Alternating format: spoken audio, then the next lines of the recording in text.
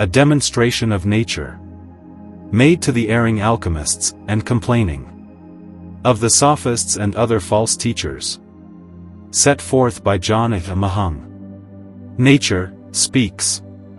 Good heavens, how deeply I am often saddened at seeing the human race, which God created perfect, in his own image, and appointed to be the lords of the earth, depart so far away from me.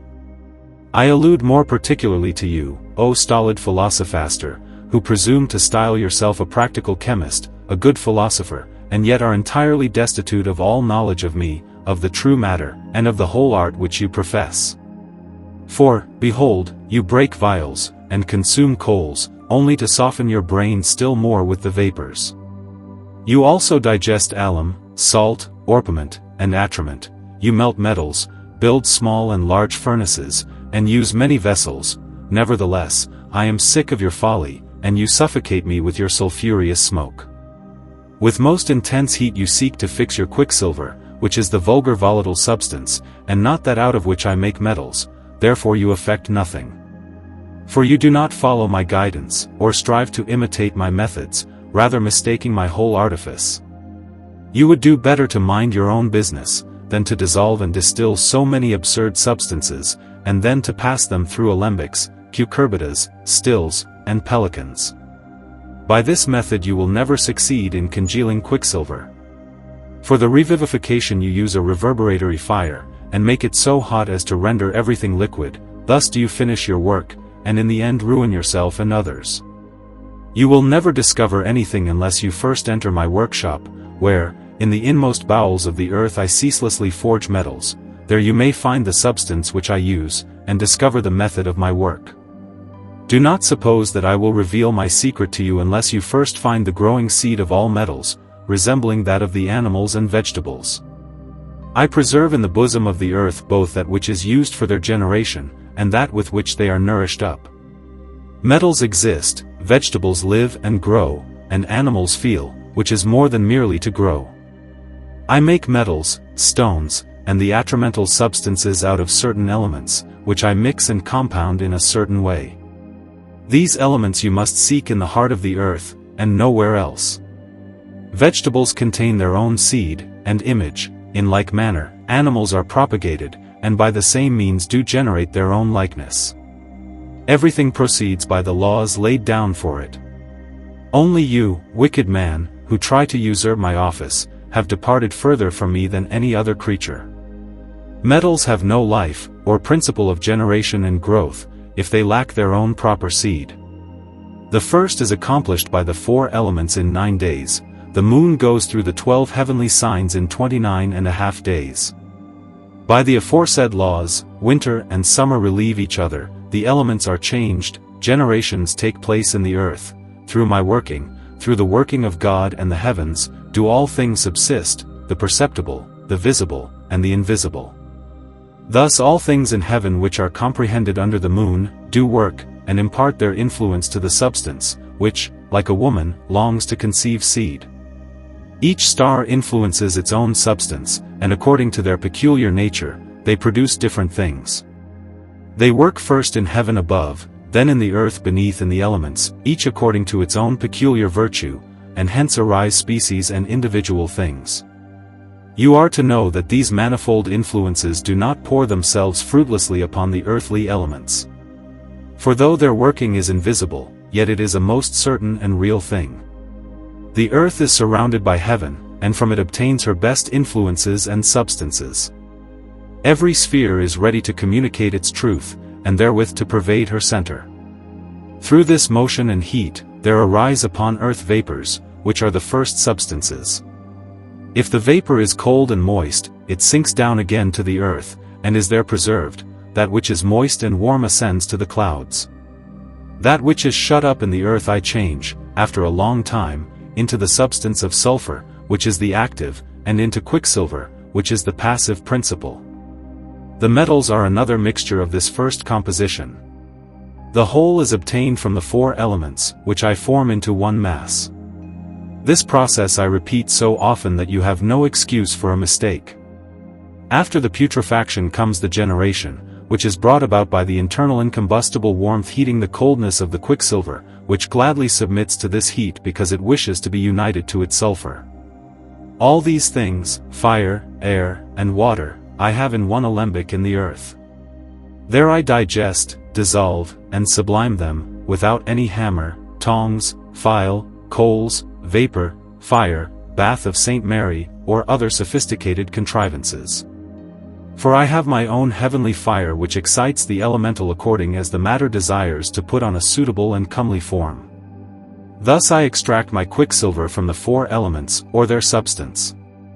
This is always accompanied by its sulphur, which is its second self, and warms it gradually, gently, and pleasantly. Thus the cold becomes warm, and the dry moist and oily. But the moist is not without its dry substance, nor is the dry without its moist. One is conserved by the other in its first essence, which is the elementary spirit of the essence, or the quintessence, from which proceeds the generation of our child. The fire brings it forth, and nourishes it in the air, but before that, it is decomposed in virgin earth, then water flows forth, or it flows forth from the water, which we must seek, since it is my first matter, and the source of my mineral. For contrary resists strenuously to contrary, and doth in such wise fortify itself, lest perchance it be carried away in operating, then does it suffer transmutation, and is stripped of its form by the concupiscence of matter, which incessantly attracts a new form. By my wisdom I govern the first principle of motion. My hands are the 8th sphere, as my Father ordained, my hammers are the 7 planets, with which I forge beautiful things. The substance out of which I fashion all my works, and all things under heaven, I obtain from the 4 elements alone. Chaos, or Hyle, is the first substance. This is the mistress that maintains the king, the queen, and the whole court. A horseman is always ready to do her bidding, and a virgin performs her office in the chambers. The more beautiful she is, the more beautiful do I appear in her. Know also that I have power to give their essence to all essences, that it is I who preserve them, and mold them into shape. Moreover, observe the 3 parts into which God has divided the first substance.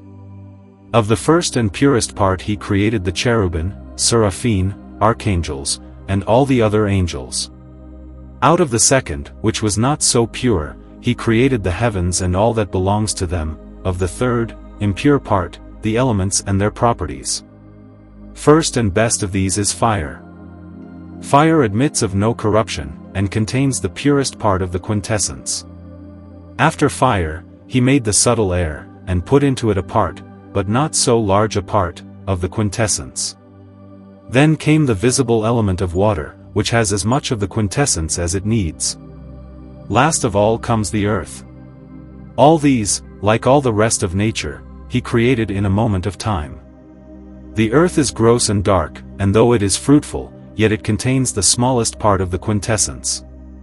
At first the elements remained as they were in their separate spheres. So air is really moist, but is properly tempered by fire. Water is really warm, but obtains its moisture from the air. The earth is really dry, but it is also cold, its great dryness renders it akin to fire. Fire, however, is the first of elements which causes life and growth by its heat.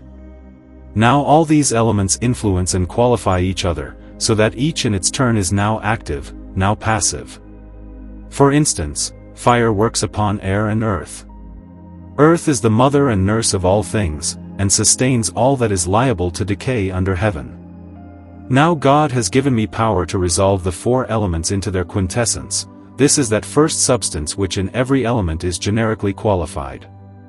I resolve them for my own purpose, and thereby bring about all generation. But no one will be able to resolve me into my first substance, as he strives to resolve the elements. For I alone can transmute the elements and their forms, and he who thinks otherwise deceives himself. For you will never be able to assign to each substance its proper influence, or to find the correct proportions of the elements which are required by that substance. I alone, I say, can form created things, and give to them their peculiar properties and substance. By my heavenly mysteries I produce perfect works, which are justly called miracles, as may be seen in the elixir which has such marvelous virtue, and is of my own forming. No art upon earth can add anything to, or improve upon, my workmanship. Every sane person must see that nothing can be accomplished without a perfect knowledge of the heavenly bodies, or apart from the efficacy which abides in them. Without these everything is error and misuse, and yet, whence is a mere man to obtain this influence, and how is he to apply it to the substance? How can he mingle the elements in their right proportions? Even if a man were to spend a long life in the investigation of this secret, says Avicenna, de Vere. Cord, cp. 2, he would not get any nearer to its solution. It is entrusted to my keeping alone, and can never be known to any man. By my virtue and efficacy I make the imperfect perfect, whether it be a metal or a human body. I mix its ingredients, and temper the four elements. I reconcile opposites, and calm their discord. This is the golden chain which I have linked together of my heavenly virtues and earthly substances. I accomplish my works with such unerring accuracy that in them all my power is shown forth, and with so much skill that the wisest of men cannot attain to my perfection. Go forth then, and behold my works, you who think yourself so skilled a workman, and, without any knowledge of me, with your coal fires and your St. Mary's bath, strive to make gold potable in my alembics, and know that I cannot bear the sight of your folly. Are you not ashamed, after considering my works, to attempt to rival them with your malodorous decoctions in your colored and painted vials, and thus lose both your time and your money? I am at a loss to conceive what you can be thinking. Have pity upon yourself, and consider my teaching. Try to understand rightly what I tell you, for I cannot lie. Consider how that most glorious metal, gold, has received its beautiful form from heaven and its precious substance from the earth. The generation of the precious stones, such as carbuncles, amethysts, and diamonds, takes place in the same manner. The substance itself is composed of the four elements, its form and qualities it receives through heavenly influences, although the capacity of being thus wrought upon slumbers in the element and is only brought out and purified in the course of time. All this is accomplished by my hands alone.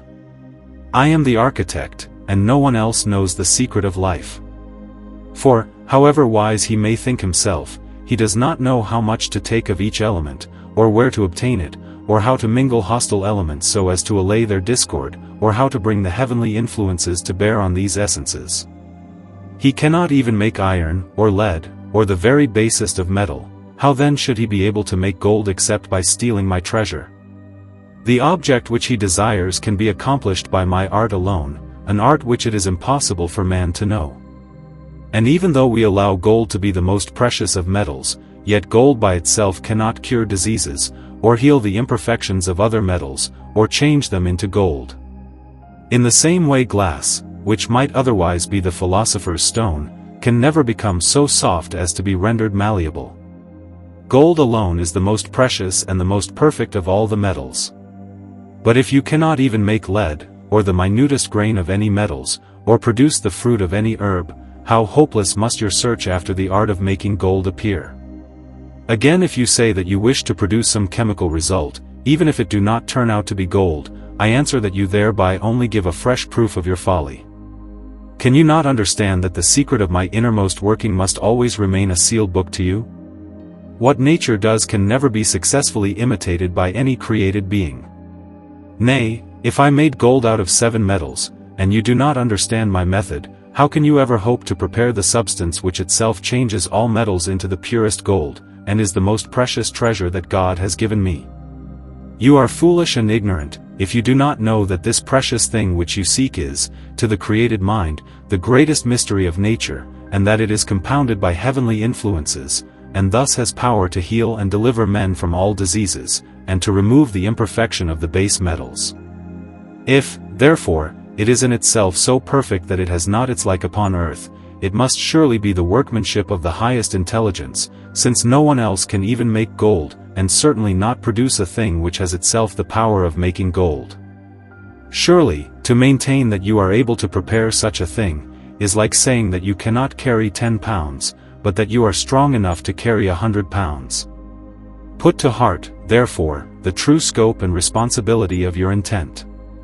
I, myself, again, receive all my wisdom, virtue, and power from heaven, and my matter, in its simplest form, is the four elements. This is the first principle and the quintessence of the elements, which I bring forth by reductions, time, and circulations, by which I transmute the inferior into the more perfect, the cold and dry into the moist and warm, and thus I preserve stones and metals in their natural state of moisture. This is brought about by the movements of the celestial bodies, for by them the elements are ruled, by their controlling influence like is brought to like. The purer my substance is, the more excellent are the results produced by the heavenly influence. And do you think that there in your alembic, where you have your earth and water, I will be induced by your fire and heat, and by your white and red color, to bend my neck to your yoke, and to do your will and pleasure? Do you think that you can move the heavens, and force them to shed their influence upon your work? Do you think that that is an organic instrument which gives forth sweet music only when it is touched by the musician's fingers? You take too much upon yourself, you foolish man. Do you not know that the revolutions of the heavens are governed by a mighty mind, which, by its influence, imparts power to all things? I beseech you to remember that all great things proceed from me, and, in the last instance, from God, and not to suppose that the skill of your hands can be as perfect as the operation of nature. For it is void and vain, and, ape-like, must imitate me in all things. Nor must you suppose that your distilling, dissolving, and condensing of your substance in your vessel, or your eliciting of water out of oil, is the right way of following me. Far from it, my son. All your mixing and dissolving of elements never has produced, and never can produce, any good result. Do you wish to know the reason? Your substance cannot stand the heat of the furnace for a single half-hour, but must evaporate in smoke, or be consumed by the fire. But the substance with which I work, can stand any degree of heat, without being injured. My water is dry, and does not moisten what it touches, it does not evaporate, or become less, neither is its oil consumed. So perfect are my elements, but yours are worse than useless. In conclusion, let me tell you that your artificial fire will never impart my heavenly warmth, nor will your water, oil, and earth supply you with any substitute for my substance.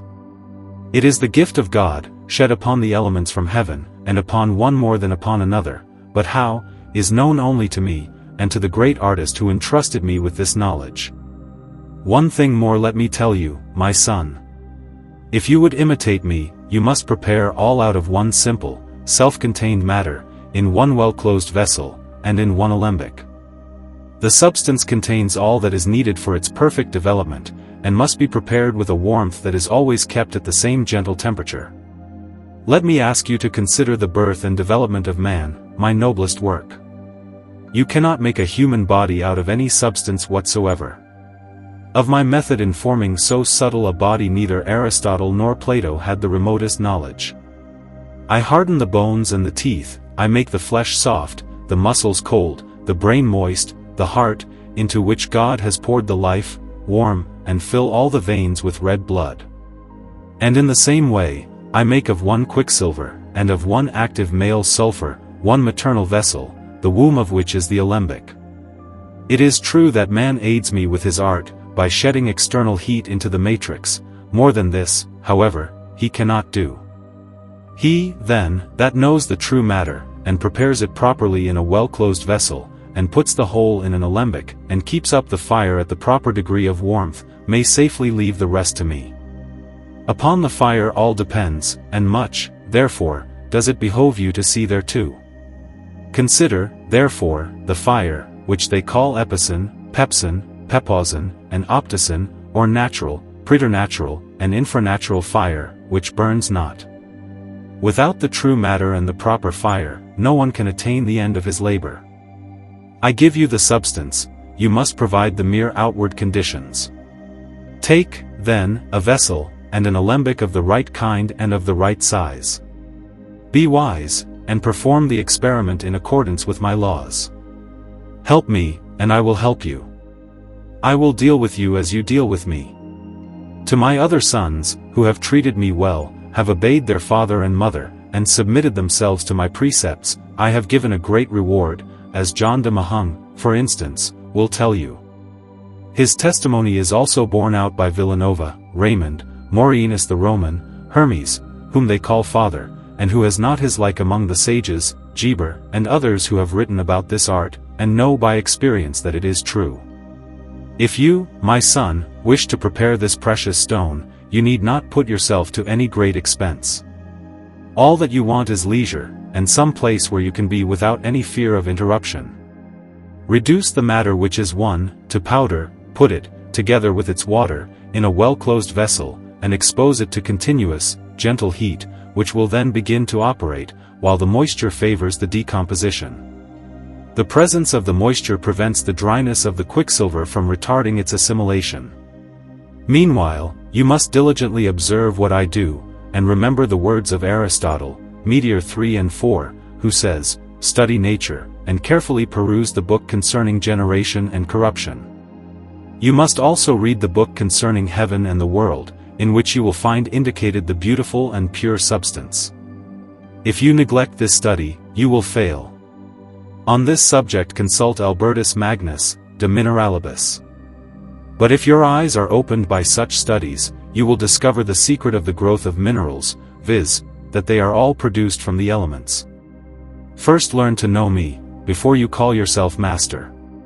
Follow me, that am the mother of all things created, which have one essence, and which can neither grow, nor receive a living soul, without the heavenly and elementary influences.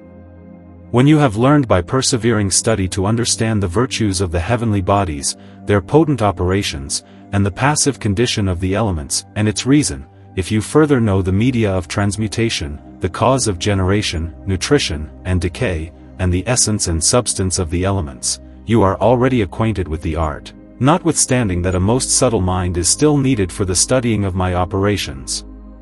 But if you do not possess part at least of this knowledge, you will be fortunate indeed if you succeed in discovering my secret. It is a secret that is read not by those that are wise in their own conceits, but by those that humbly and patiently listen to my teaching. Therefore, if you desire to own this treasure, which has been the reward of the truly wise in all ages, you must do as I bid you. For my treasure has such virtue and potency that the like of it is to be found neither in heaven nor upon earth. It holds an intermediate position between mercury and the metal which I take for the purpose of extracting from it by your art and my knowledge that most precious essence. It is pure and potable gold, and its radical principle is active humidity.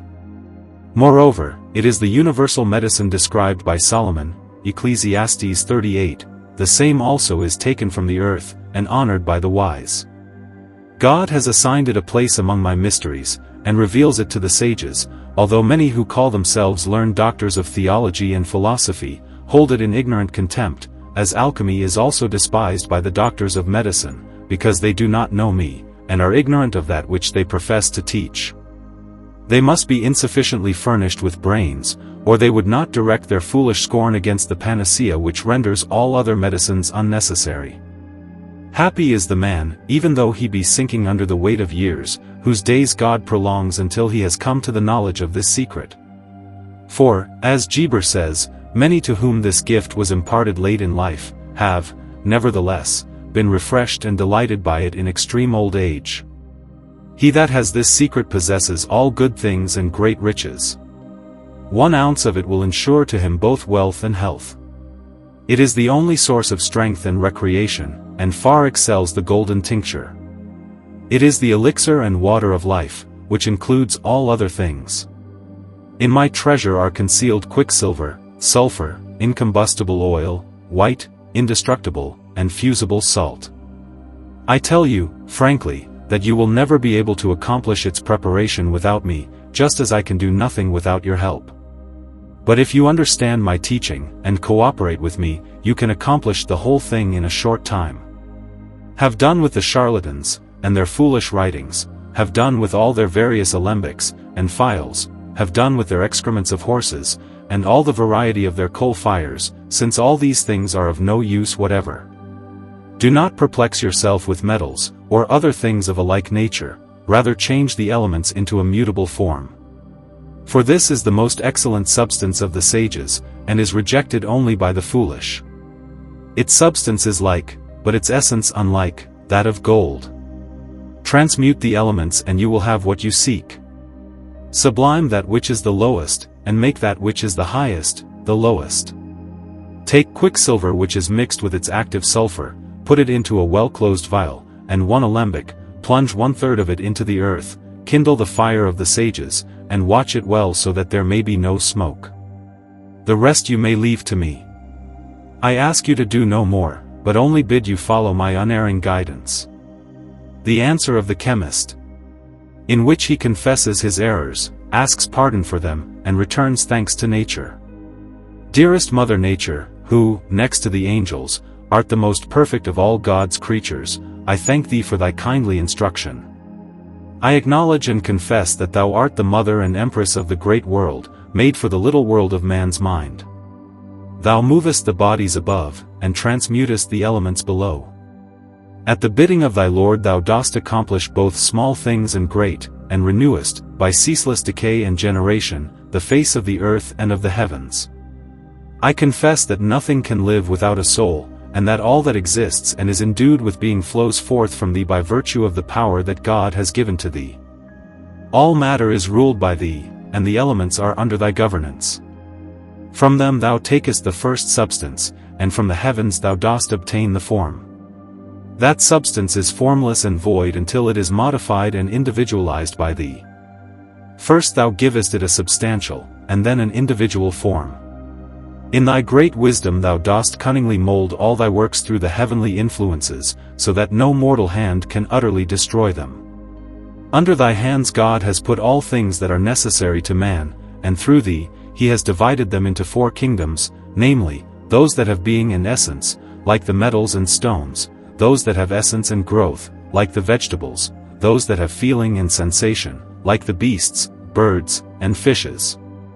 These are the first 3 classes. In the 4th it pleased God to place only the noblest and most perfect of his works, namely, man, to whom he also gave a rational and immortal soul.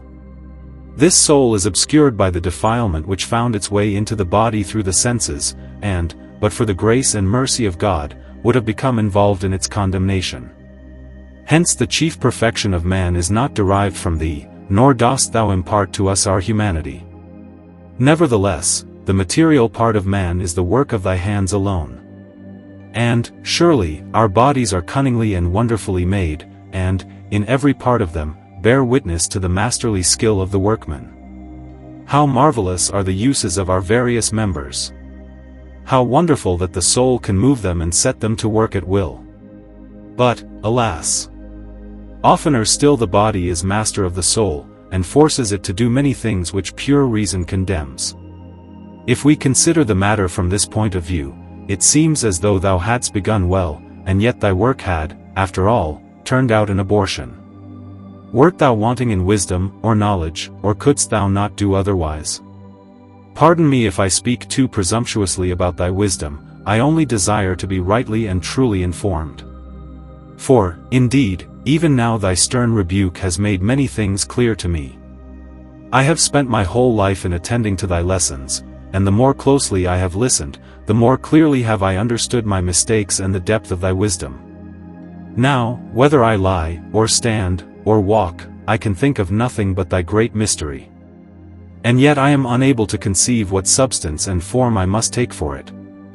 Thou didst sternly rebuke me for not following thy way, but thou knowest that, if I do not obey thee, it is only because I do not know what thou wouldst have me do.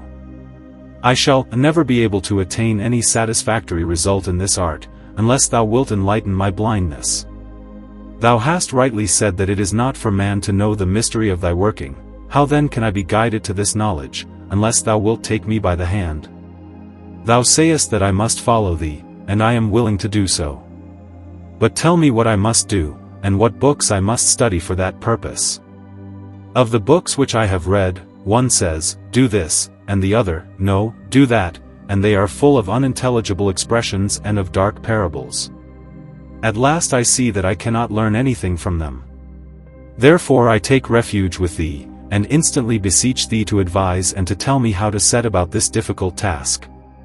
On my knees I implore thee to show me the way by which I can penetrate into the lower parts of the earth, and by what subtle process I am to obtain the perfect mercury of the metals. And yet I doubt whether any man, even after obtaining this mercury, can really make gold. That is thy work, and not the work of man, as thy words and my own experience most clearly shew. We see that the cold and moist mercury needs the assistance of its sulphur, which is its seed after its kind, or its homogeneous sperm, out of which the metal or stone must be produced. But thou sayest only, take the proper substance, the proper vessel, the proper mineral, the proper place, and the proper fire, then form, color, and life will grow and spring forth from thence.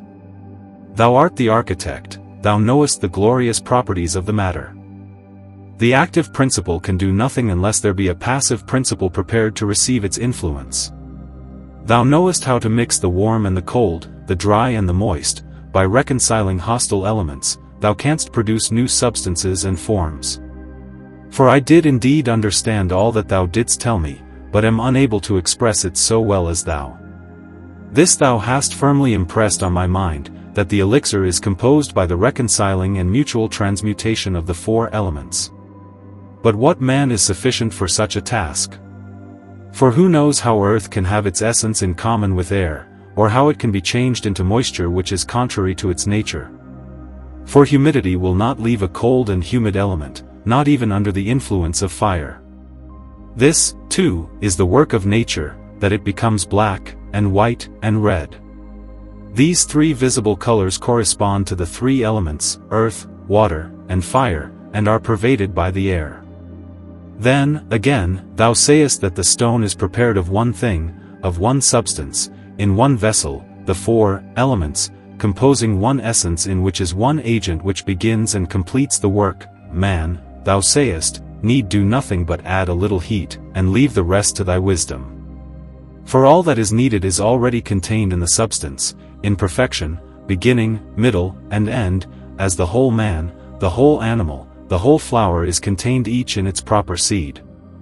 Now, in the human seed the human specific substance is also included, as flesh, blood, hair, and sea, and thus every seed contains all the peculiar properties of its species. In the whole world men spring from human seed, plants from plants, animals from animals. Now I know that when once the seed is enclosed in the female vessel, no further trouble or work of any kind is required. Everything is brought to perfection by thy gradual and silent working. And the generation of the stone, thou sayest, is performed in a similar manner. Only one substance is required, which contains within itself air, water, and fire, in short, everything that is needed for the completion of this work. No further handling of any kind is necessary, and a gentle fire is sufficient to rouse the internal warmth, just as an infant in the womb is cherished by natural heat. The only thing in which man must aid thee, is, by preparing the substance, removing all that is superfluous, enclosing this simple earth, which is combined with its water, in a vessel, and subjecting it to the action of gentle heat in a suitable alembic. This, thou sayest, is all that needs to be done by man. When all has been prepared for thee, thou dost begin thy part of the work. Thou dissolvest the substance, and makest the dry watery, then thou sublimest it, and bearest it upward into the air, and thus, without any further aid, bringest that to perfection which can itself impart perfection to all imperfect things. Therefore, thou, nature, art the first mother, since thou dost cunningly combine the four elements into an essence by a process of which none but thou has any knowledge. Thus far have I understood thee, and do not quite despair, if it be pleasing unto God and to thee, of seeing thy great reward with my own eyes. But at present I earnestly desire to know but one thing, and that is, how can that substance be obtained, what are its qualities, and what its powers to impart perfection to imperfect things. I am well aware that gold is the most precious of the metals, but I cannot see that it has any capacity of becoming more potent than it already is. For whatever man may do with it, it will never be able to perfect anything but itself. If anyone told me to dissolve it and extract from it its quicksilver, I should regard that as a very foolish direction, for nothing can be got out of gold but what is in it. These philosophasters betray their ignorance by saying that they can reduce gold to its first substance, but thy instruction has made it clear to me that the first substance cannot be obtained, except by destroying the specific properties of a thing, nor can any new species be brought forth by such a destruction, unless the species be first universalized into the genus. Moreover, I make bold to affirm that no man can first resolve gold into its generic substance, and then restore it again, for when it has once lost its specific properties, no mere human skill can change it back into what it was before. Nor can anyone really reduce gold to the first form imparted to it by the elements. For gold is not transmuted either by heat or by cold, and is so perfect in its kind that fire only renders it purer. It does not admit of any further development, and therefore no other metal or quicksilver can be obtained from it. It is true that plants and animals are constantly producing their like by means of their seed, and their capacity of organic nutrition. But I do not see how the same can be said of metals, seeing that at the expiration of any given period they still retain the same size and weight which they had at the beginning. Through thee they receive their being out of the elements without any sowing, planting, or development of any kind. Moreover, I know that no credit is to be attached to the fanciful notions of the old sages who would prepare our stone out of a crude metallic substance, and do not understand that the form and substance of a thing are conditioned by its essential nature. Now, I remember a certain juggling charlatan, who was looked upon as a great philosopher, telling me that the only true material was common quicksilver, which must be well mingled with gold, since in such an union the one brought the other to perfection. If I did this, continued that impostor, should be able to prepare the elixir. First, however, the four elements must be separated from each other, then, after each had been purified, they must be reunited, the great being combined with the small, and the subtle with the gross. This, he said, was the right way of making the stone. But I know that all this is sheer nonsense, and that such men are only deceiving themselves and others. I am also aware that only God can produce anything out of the elements. He alone knows how to mingle and combine them in their due proportions. For he alone is the creator and author of all good things, and there is nothing in the world that he has not made.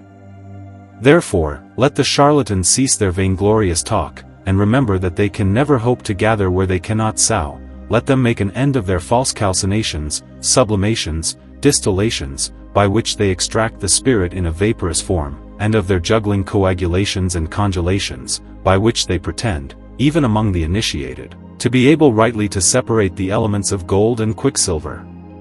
It is certainly true that all things under heaven are composed of the four elements, and mixed of them according to the due proportion of their genus and species, but it is not simply the union of the four elements, but their being combined in a certain way, which constitutes the substance of the philosophical stone. I also understand that in the red quicksilver and perfect body, which is called the sun, the four elements are combined in a peculiar way, and so inseparably conjoined, that no mere human art can divide them. For all ancient and true sages say that fire and air are enclosed in earth and water, and contend so violently with each other that none but God and nature can loosen their grappling embrace. This I can truly affirm and also prove.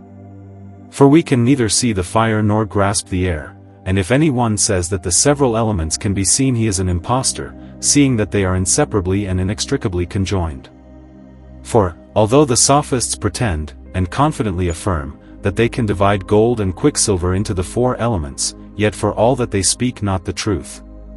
If two elements, fire and air, were thus taken away, all the rest must vanish into nothing.